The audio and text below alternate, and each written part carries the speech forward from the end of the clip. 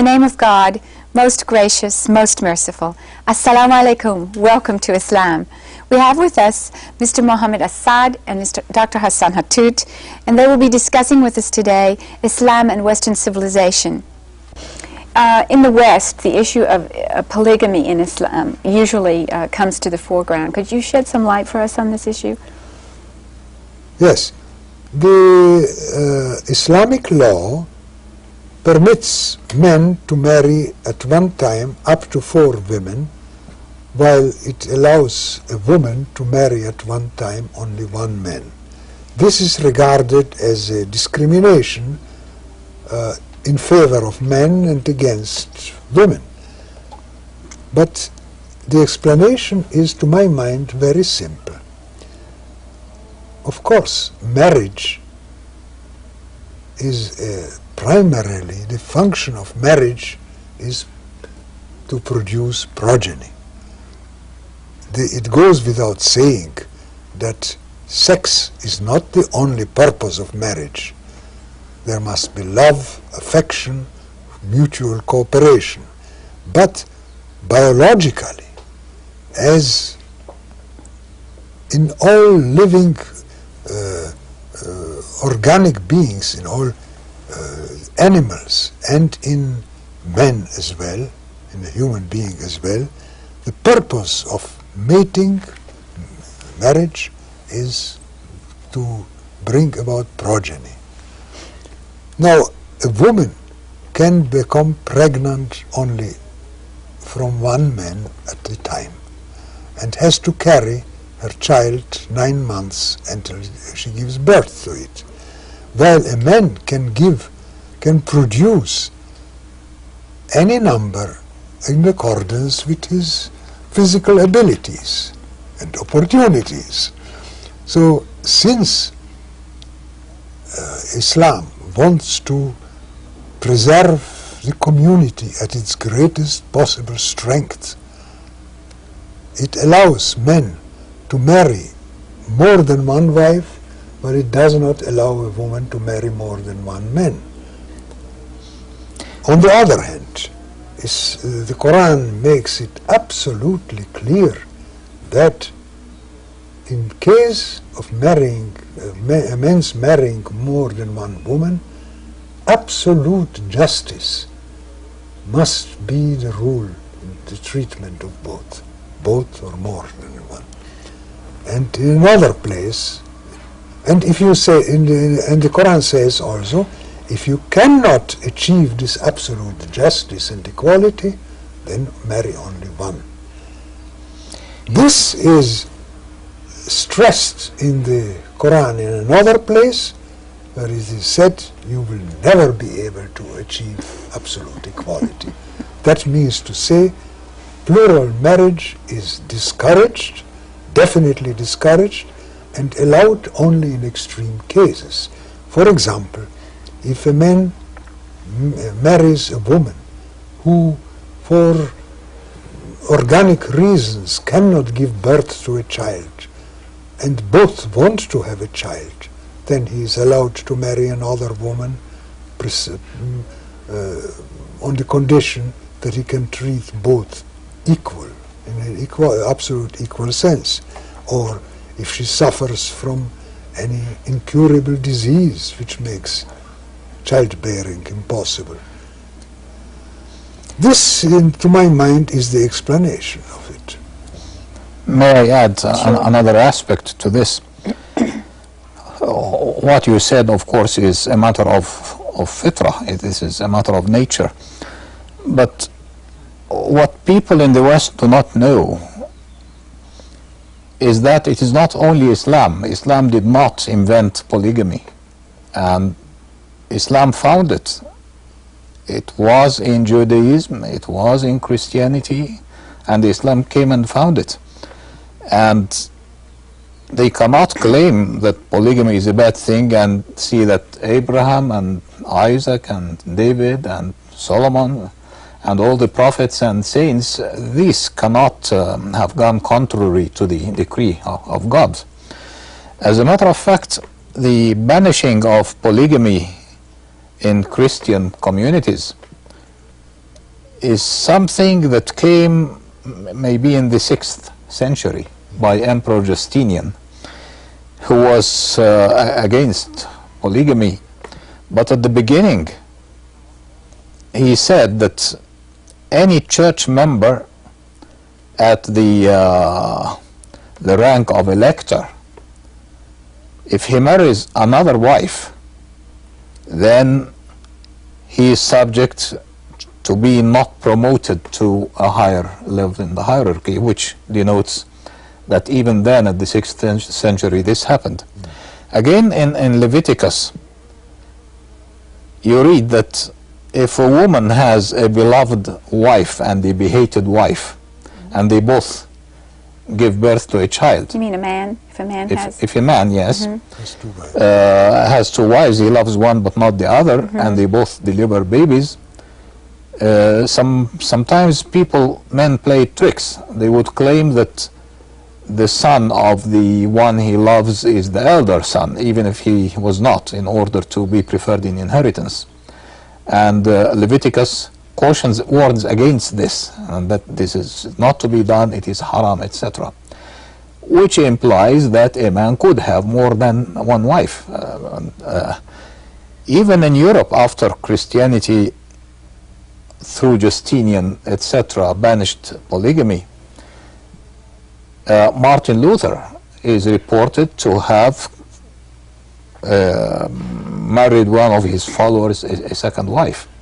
And the church in some parts of Africa and India, up to this very day, would marry men more than one wife.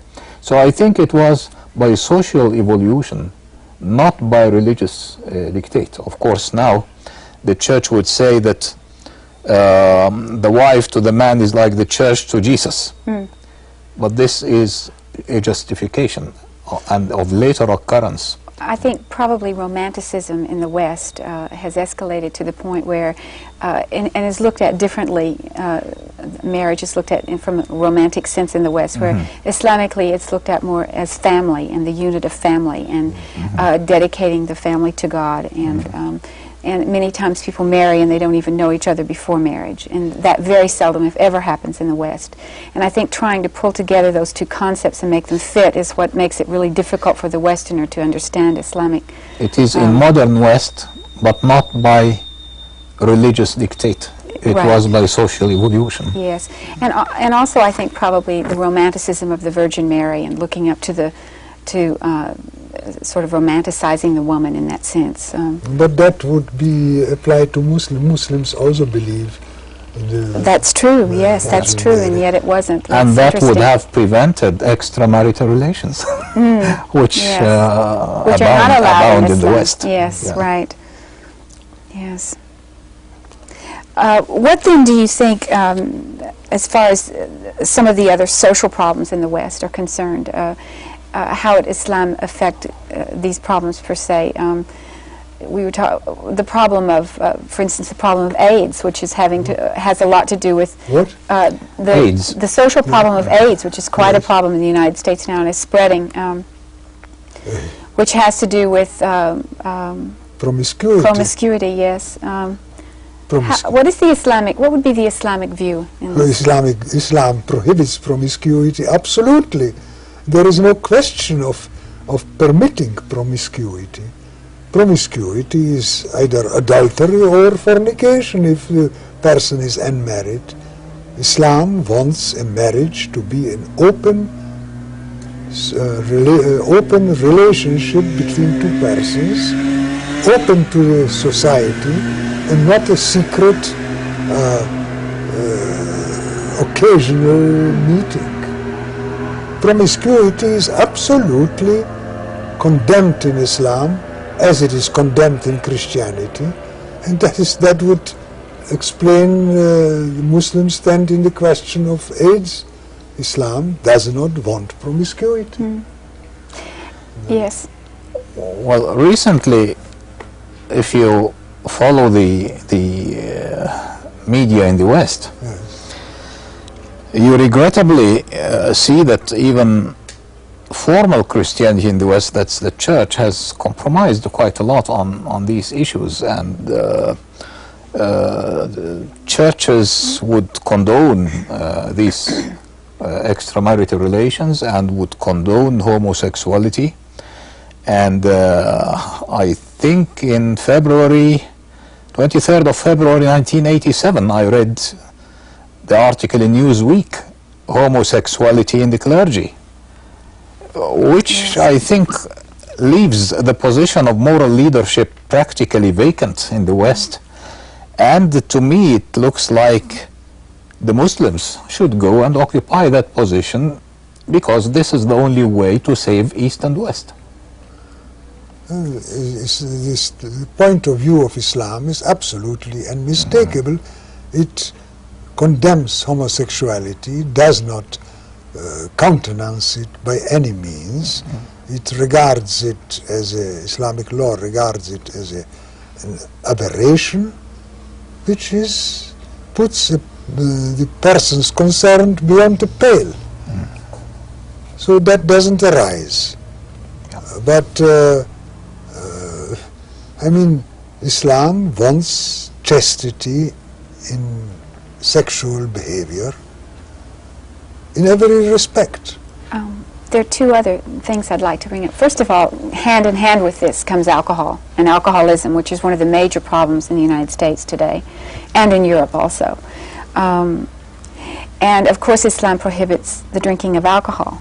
But then the other side of this question is that there are non-Muslims in the West who say, well, Muslims seem so superior, they seem to be so, in their attitude, so holier than thou, they're better than the rest of us.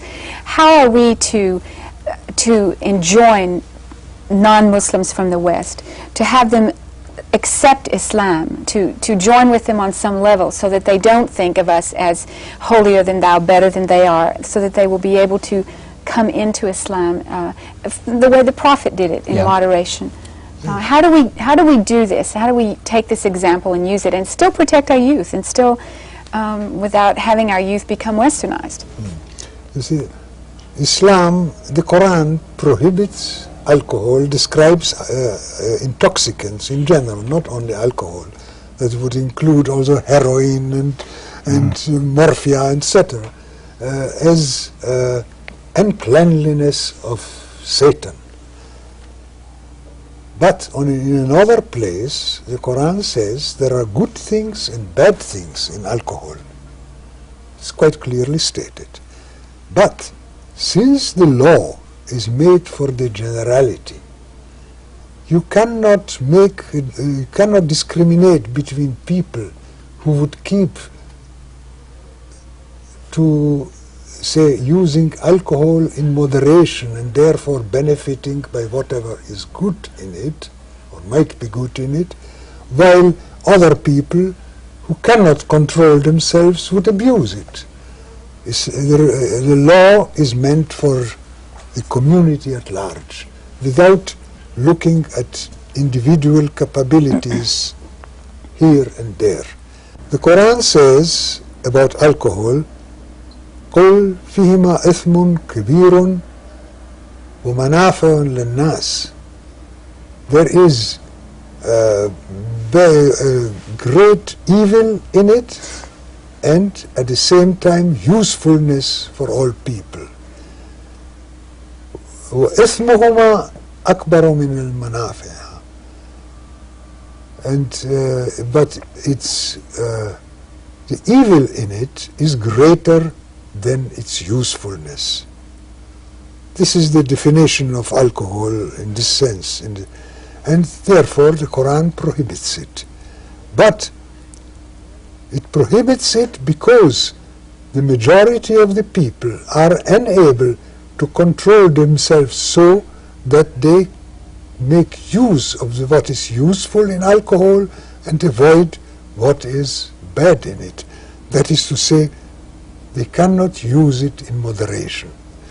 Since the law is meant for the community at large and not for people of stronger will only, or of weaker will, the prohibition of alcohol became general, and therefore, without regard to its usefulness, possible usefulness, in some cases it has been prohibited. I believe, however, personally, that its use in medical sense is allowed. I remember myself many years ago in the 20s when I first came to Mecca, and I visited the hospital in Mecca. They used red wine for people affected by pneumonia, for example, to support them. And this is justified by saying that there is usefulness in it. And if it is used medically, there is no risk of its being abused. Of course, the general rule of necessities override prohibitions, yes. al-darurat Yes. tubih al-mahdurat. This reminds me of the two experiences in trying to abolish alcohol. The one that America tried And failed. by policing alcohol. Yes. Whereas Islam used the other natural thing, the competitive ideology. If you make people mu'min enough, faithful enough, accept Islam, love it, it is through that love that when the final revelation came by obviously and ultimately prohibiting alcohol, all the people went and brought whatever drink they had and spilled it in the streets. Yes. The streets of Medina were flowing with wine. Yes. What about the attitude toward the non-Muslim by the Muslim? How to enjoin the non-Muslim to become a Muslim? I mean, you have some Muslims that say we should never associate with non-Muslims. No, this is wrong. What is your feeling about this? How should the Muslim approach the non-Muslim? First of all, we should associate with other human beings as much as possible, Muslims or non-Muslims. And we should try to persuade non-Muslims, as many non-Muslims as possible, to embrace Islam. But we should never try to force Islam down their throats, to tell them day in and day out, become Muslims, otherwise you are lost. Muslims will achieve the conversion of many non-Muslims if they become an example to them, as the Quran expects them to be. Right. And fortunately, there are very few points in which Muslims can serve as an example, good example to non-Muslims. There are some points. There is more hospitality, there is more family feeling in general among Muslims than non-Muslims. But on the whole, Muslims have not achieved that position of moral supremacy which would convince non-Muslims to follow them and accept Islam. And the persuasion should be always in a very gentle way, and not by riding the other person's conscience. Could you explain to us, going back to the subject of women, inheritance in Islam? You mean, you are referring, I suppose, to the fact that a son gets double the shares of a daughter. Right. Yes. No, the law of Islam as regards inheritance is one of the very few laws which are given in great detail in the Quran. And there is a whole system of legislation, a whole branch of juridical knowledge regarding inheritance. Now, the question must be looked at from a general point of view of the structure of Muslim society. In Muslim society, it is the man who is obliged to carry all economic duties, say in marriage, and not the woman. Now, if a man marries a woman, he is obliged to maintain her, to clothe her, to give her shelter, to see for the education of the children, to provide a wet nurse if the mother is not able to nurse the child, while the woman has no obligation except being a sexual partner of the man and bearing him a child. She has no obligation to wash his clothes, to cook his food, to do anything unless she does it voluntarily. And the man is obliged to, in short, to provide for all necessities of the family. And as marriage in Islam is very strongly enjoined, so most men, practically all men, are expected to marry sooner or later and to bear those economic burdens.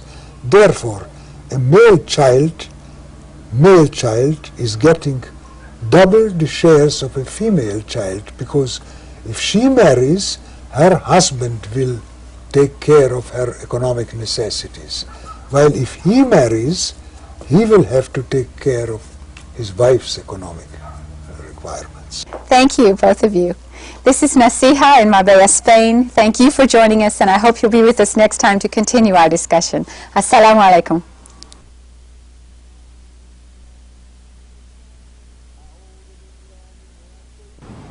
أعوذ بالله من الشيطان الرجيم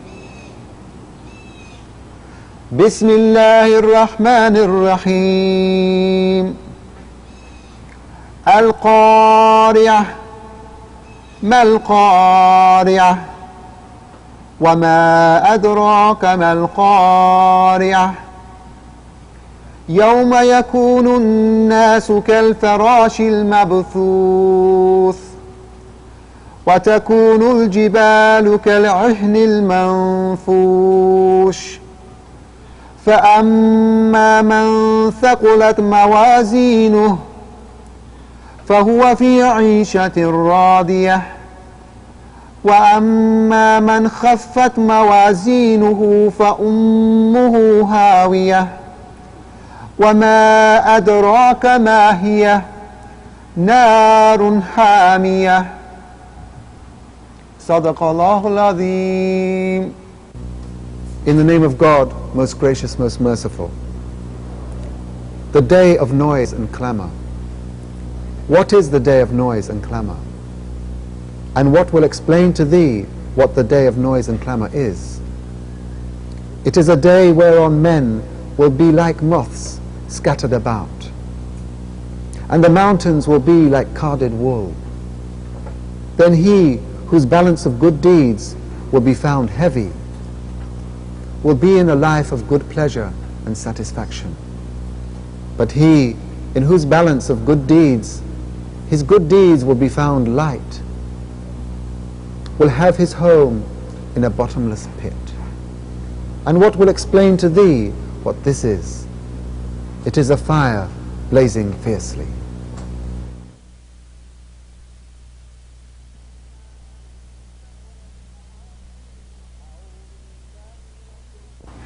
أعوذ بالله من الشيطان الرجيم بسم الله الرحمن الرحيم ألهاكم التكاثر حتى زرتم المقابر كلا سوف تعلمون ثم كلا سوف تعلمون كلا لو تعلمون علم اليقين لترون الجحيم ثم لترونها عين اليقين ثم لتسألن يومئذ عن النعيم صدق الله العظيم.